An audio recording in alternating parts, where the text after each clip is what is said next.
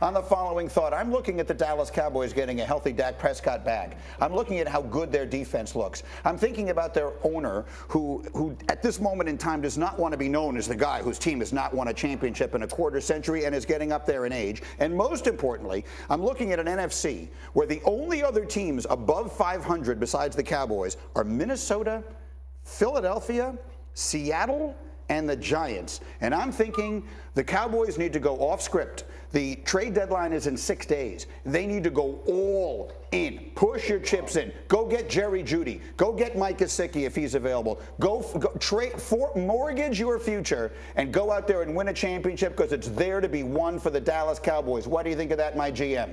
I see you on Jerry Jeudy and Mike, and I'm going to raise you Odell Beckham Jr., who's going to turn 30 years old a week from Saturday, and he should celebrate it with a Dallas Cowboy uniform on, because when healthy, he can make the 4 or 5 plays down the stretch that may separate them from the Philadelphia Eagles. They have a championship defense, and he was the best player on the field when he was healthy in the Super Bowl. Here's a big play against the Rams. Against the Packers. And if we go back to what the Rams did last year, they added Von Miller, they added OBJ. This is a championship team with a very good quarterback, a great defense, and he may be their missing piece. What do you think of this, Canty? I like the idea of the Dallas Cowboys adding. I'm just not thinking that it's on the offensive side of the ball. I think they've got to fortify their strength and their identity, which is defense. They just lost their starting nickelback Jordan Lewis to a Liz Frank injury, so adding a piece on the back end might make a whole lot of sense. A guy that comes to mind, Kenny Moore, Pro Bowl corner from the Indianapolis Colts. That seems like a franchise that's ready to sell off. Kenny Moore wanted a brand new contract this offseason. They didn't give it to him. That could make a lot of sense for the Dallas Cowboys to add another cornerback to that group. We already know how great that pass rush is.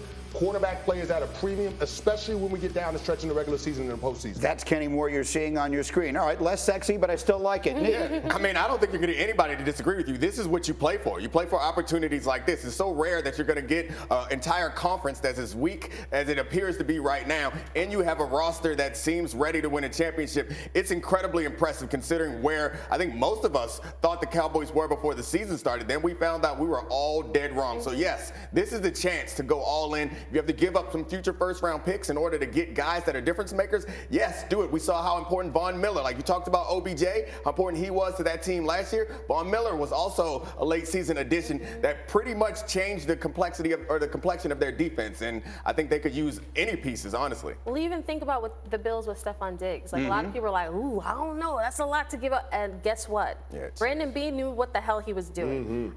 With the Cowboys, I think you think about windows. And last year I felt was an opportunity for them to actually go on a run based off on the rest of the division being weak. And now I think Jerry Jones being 80, you know, I think you've got to take those chances now because I don't know. He ain't buying green bananas. No, Jerry's going to live forever. I mean, I know Jerry is going to live forever. Let's make that clear. But Jerry, if you're watching, this is the time to do it. Yeah.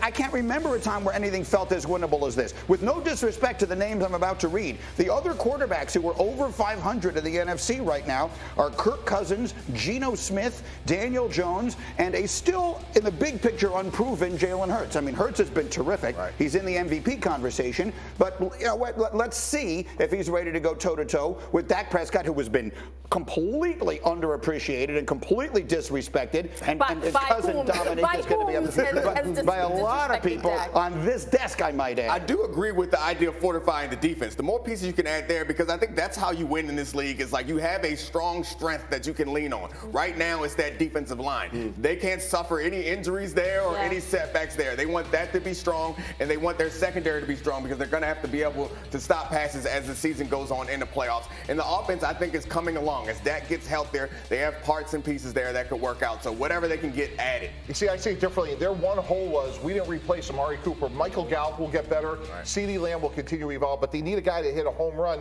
And again, he's coming off of an ACL, but again, OBJ is only going to be 30. I think he has enough juice. Get them both. Get Jeudy and OBJ and Gesicki.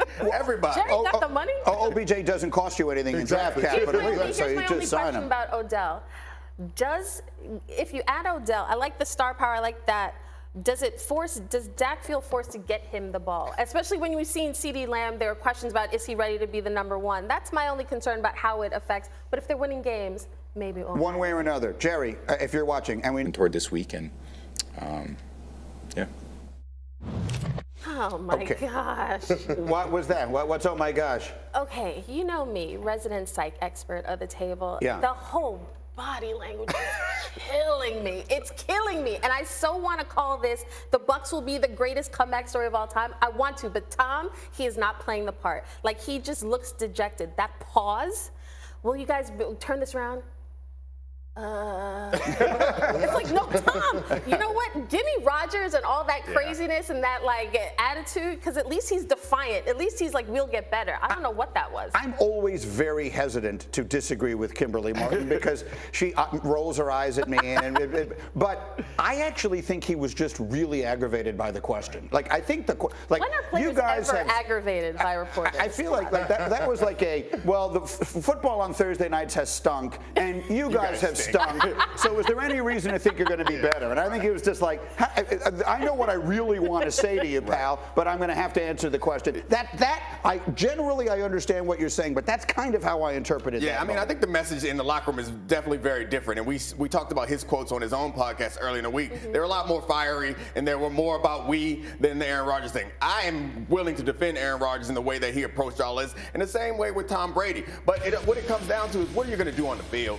Like, there's no quote that's going to make any of us believe in them. There's no quote that's going to turn this all around. They need to start playing better. And in part, if we're going to be critical of quarterbacks, the one that's worth being criticized is not Tom Brady, or excuse me, not Aaron Rodgers, but it's Tom Brady. He's playing well, throwing the ball well on occasion, but he's also hitting the defenders in the chest with the ball every now and then, which is not something that you expect from Tom Brady. I have the perfect solution for his mood, for his play. Rob Gronkowski. And my approach would be the same way I approach Michelle asking to marry me. I'm not taking no for an answer. Whatever the concern is, the answer is yes. You want to play third down? Yes. You want to block? Cut on the backside. You want more money? The answer is yes. That is your job description. 15 plays a game. Because his presence alone will make those slow old receivers on the outside even better. And the other thing I would do is maybe consider trading for a receiver. But what will pep up Tom Brady more than his old buddy Rob Gronkowski? What will make him a better quarterback? Rob Gronkowski, I would go see him as the GM, Jason Light, and say, Rob, this is really easy. You are coming. You're going to come willingly. You're going to come involuntarily. You are coming. That is your job description is going to be filled out by you, but you're a Buccaneer. Congratulations. I like that. I'm actually with him. I think they do need to address the tight end position because we've seen Tom Brady thrive when he has that guy that can be in the middle of the defense and be a mismatch for linebackers and safeties. But I don't think that's Rob Gronkowski. I think the guy is Mike Gesicki at the Miami Dolphins. He's a player that they tried to trade for. They tried to trade in the offseason on Miami, and this is a player that's fallen out of favor with Mike McDaniel because he's not a great inline blocker. It could be a fit for the Tampa Bay Bucs. But everybody that's ready to bury the Bucs right now, just pump the brakes. They play in the NFC South. Yeah. It's Tom Brady and 3 backup level quarterbacks. They can figure this out. They'll have pieces. Ryan Jensen eventually will come back, which can help the interior of that offensive line having a Pro Bowl center. It's ugly right now. They just lost to the Carolina Panthers, which means they can lose to anybody in football. Right. But the division is going to give them enough runway to be able to get their season turned around. So we just had a fascinating discussion about how much of the blame for what's going on in Green Bay lies at the feet of Rodgers himself. Kimberly, how much of the blame here should go to Brady? This will shock everybody, but I actually disagree with Dominique. Because to blame Brady, like, here's what we know. We know that you get pressure up the middle against Brady, it's over. Yep. Where are they giving up the pressure? Up the middle. The man is 45 years old and finally looks like he's 45 years old because he is literally, by the time he gets the ball, people are on him. No, the blocking hasn't been good. They can't run the ball. Right. They can't stop the run. The defense, we love Todd Bowles. Lord knows we do. However, that part right there. However, when he is talking about this is a really dark day right now, like that stuff I heard when he was with the Jets. Like, they have the personnel. That's why I think they'll be fine. But right now, it can't just be all on Brady, especially with that defense. No, I think so. You go back 2 weeks, Tom Brady was incredible in that game that they lost. And I think that he plays good enough for them to win. But where's all the energy that we have for every other quarterback where we tell them, make everyone around you better? That's what Tom Brady does. Tom Brady has been carrying people for 200 years. He's not carrying people.